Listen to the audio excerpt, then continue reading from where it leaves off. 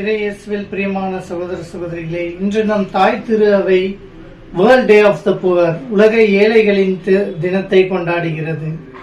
இதை நம் முன்னாள் திருத்தந்தை பிரான்சிஸ் அவர்கள் ஏற்படுத்தினார்.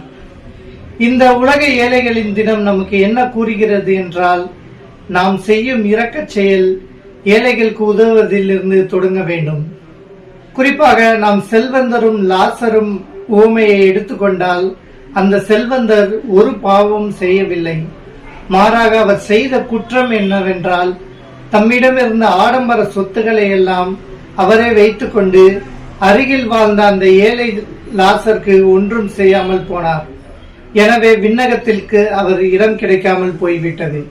எனவே நாம் சேர்த்து வைக்கும் செல்வம் எல்லாம் நமக்கு மட்டுமல்ல, மாறாக நமக்கு தேடி வரும் அனைவருக்கும் நாம் உதவ வேண்டும். குறிப்பாக ஏழைகளுக்கு உதவ வேண்டும். அன்னை தெரேசாவின் வாழ்க்கையை நாம் எடுத்துக்கொண்டால், அன்னை தெரேசா கொல்கத்தா நகரில் தெருவோரம் கிடந்தவர்களை அரவணைத்து ஏற்றுக்கொண்டார். அன்னை தெரேசாவிடம் கேட்டபோது அவர் கூறிய பதில் தான், நான் ஏழைகளின் முகத்தில் இறைவன் இயேசுவை பார்க்கிறேன் என்று கூறுகிறார். நாம் செய்யும் சிறிய செயல் இரக்கத்தின் ஆண்டவர் வழியாக நமக்கு இரக்கமும் கிடைக்கும். நாம் பொதுவாக பெரிய செயல்கள் செய்ய வேண்டாம், மாறாக சிறிய இரக்க செயல் செய்தாலே போதும், நமக்கு விண்ணகத்தில் இடம் கிடைக்கும்.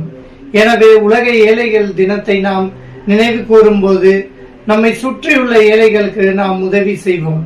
நம்மிடம் உள்ளவற்றை மற்றவர்கள் பகிர்ந்து கொள்வோம். அப்போதுதான் நமக்கு விண்ணகத்தில் இடம் கிடைக்கும்.